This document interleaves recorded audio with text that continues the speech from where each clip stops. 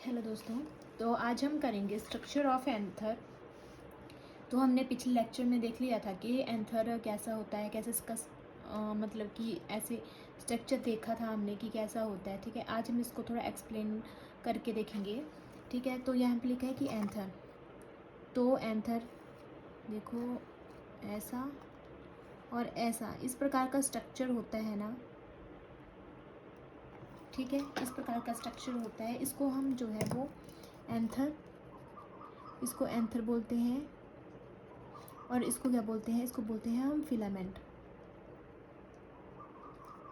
और इन दोनों को क्या बोलते हैं? इन दोनों को बोलते हैं मेल रिप्रोडक्टिव पार्ट।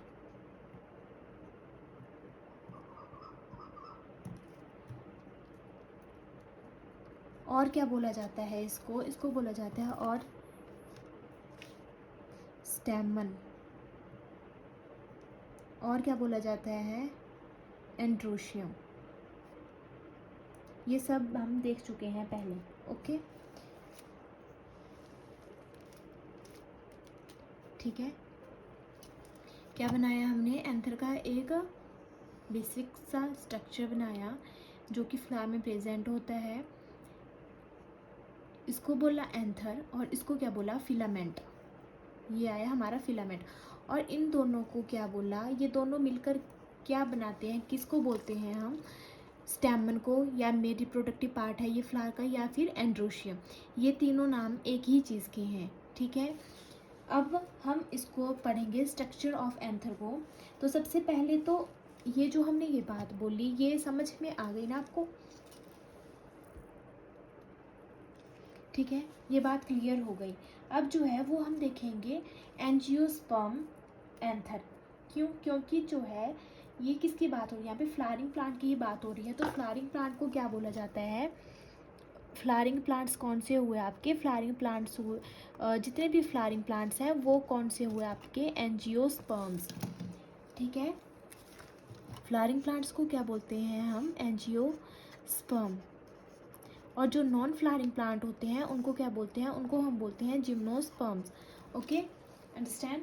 अब है आपका जो आपका एंजियोस्पर्मिक एंथर होता है वो कैसा होता है? जो एंजियोस्पर्मिक एंथर होता है वो कैसा होता है? सबसे पहले हम इधर देखते हैं, फिर देखते हैं इधर। ठीक है, एक बेसिक सा स्ट्रक्चर बना लेंगे हम पहले।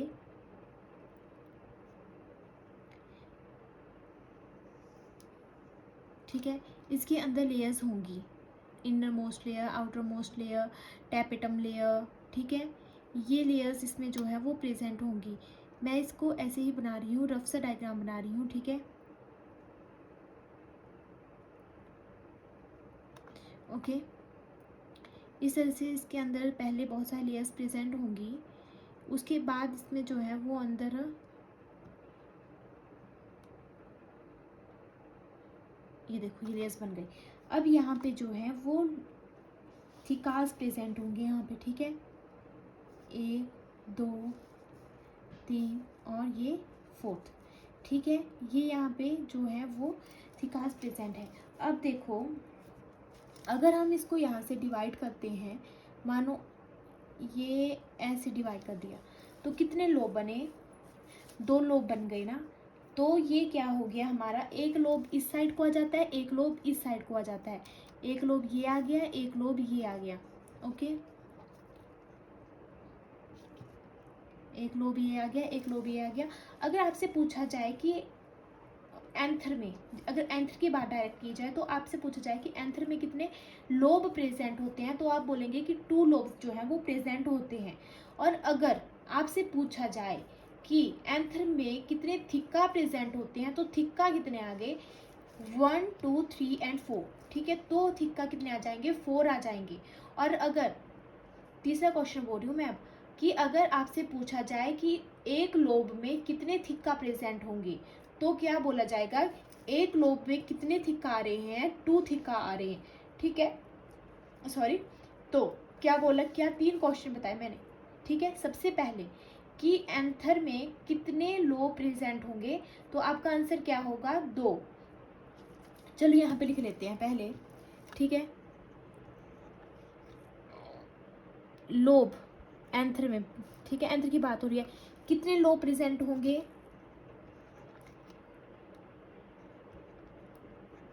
टोटल थिक्का कितने होंगे आपके एंथर में, टोटल थिक्का इन एंथर,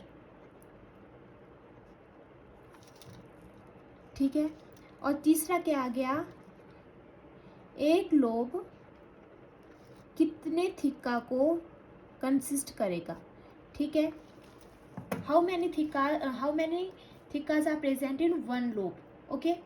ये 3 क्वेश्चन हमारे पास आ गए। तो लोब कितने आ गए हमारे पास, लोब तो हमारे पास कितने आ गए, 2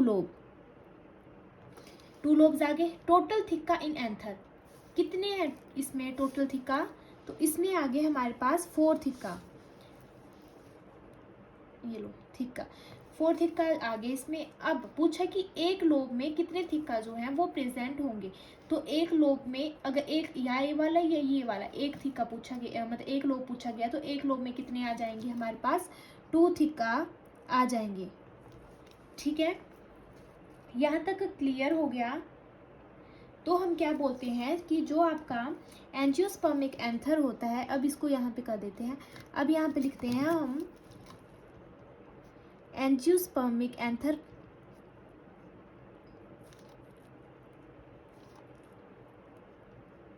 एंजियोस्पर्मिक एंथर की अब बात आ जाएगी।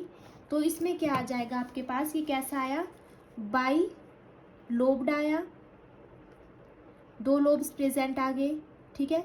इसमें 2 लोब हो गए, प्लस या फिर 2 लोब आ गए, तो प्लस क्यों लगाना स्लैश, और कितने थिक्का आ गए, 2 थिक्का है ना, ठीक है। तो क्या आ गया, ये डाइथिक्कस आ जाएगा। और इसको क्या बोला जाता है, और इसको बोला जाता है टेट्रास्प्रेंजिएट, क्या बोला जाता है, टेट्रास्प्रेंजिएट, समझ गए। आई होप क्लियर होगा, है ना। क्या बोला मैंने कि जो एंजियोस्पर्मिक एंथर है उसमें जो है ये बाइलोब्ड होगा, डाइथिक्कस होगा और टेट्रास्प्रेंजिएट होगा, ठीक है। Okay clear. चलो लास्ट में आपसे क्वेश्चन पूछूंगी मैं, ठीक है। यहाँ तक क्लियर है। अब हम आगे चलते हैं। आगे हम देखेंगे कि जो आपका एंथर है वो कैसा होता है, ठीक है। अगर हम एंथर की बात करें, रुको एक मिनट, एंथर इसको हम डिवाइड कर लेंगे अब 2 टाइप्स में, ठीक है। तो सबसे पहला तो हमारे पास आ जाता है कि भाई ये है मोनोथिक्कस,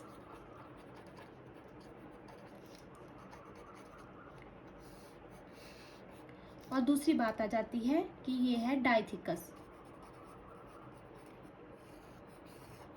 अब ये क्या बात हुई, है ना,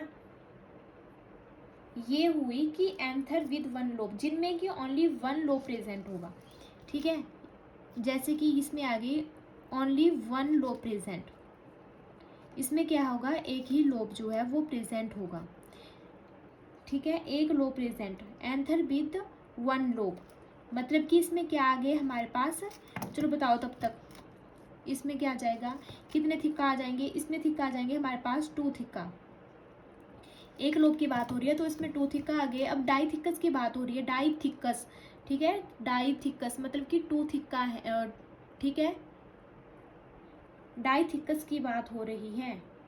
तो इसमें क्या आ जाएगा कि ये क्या है, ये है आपका एंथर विद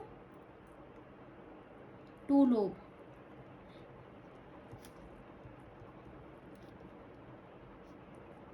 ठीक है। इसमें क्या आ गए, 2 लोब की बात हो रही है तो यहाँ पे आ जाएगा हमारे पास कितने, 2 लोब की बात हो रही है तो यहाँ पे कितने थिक्का प्रेजेंट होंगे, यहाँ पे होंगे हमारे पास 4 थिक्का प्रेजेंट, ठीक है। और ये जो है डाइथिक्कस जो है ये किसमें मोस्ट कॉमन है, ये आ जाएगा हमारे पास एंजियोस्पर्म्स में जो है ये मोस्ट कॉमन है, ठीक है।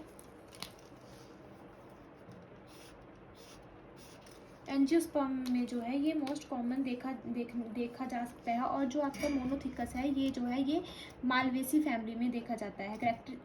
ये वहाँ का करेक्टरिस्टिक फीचर है। कौन सी फैमिली का? मालवेसी फैमिली का जो है ये करेक्टरिस्टिक फीचर है। और अगर आपसे पूछा जाए कि मालवेसी फैमिली में कौन कौन से आते हैं, कौन कौन सी आती हैं, तो आपके कॉमन एग्जांपल्स हो जाएंगे इसके, लाइक ओकरा एंड कॉटन, काफ़ी हैं दो, ठीक है। Okra and cotton are examples of Malvaceae family, ठीक है। क्लियर है? क्लियर है ना? अब देखो ये जो अंदर थिकाज हैं, ठीक है, अब जो एंथर है उसमें से पॉलन निकलेंगे, तो वो कैसे निकलेंगे? यहाँ से ब्रेक हो जाएगी और जो जब वो ब्रेकेज होगी तो उसको क्या बोला जाता है? उस प्रोसेस को बोला जाता है डीहेल्थनेस ऑफ एंथर,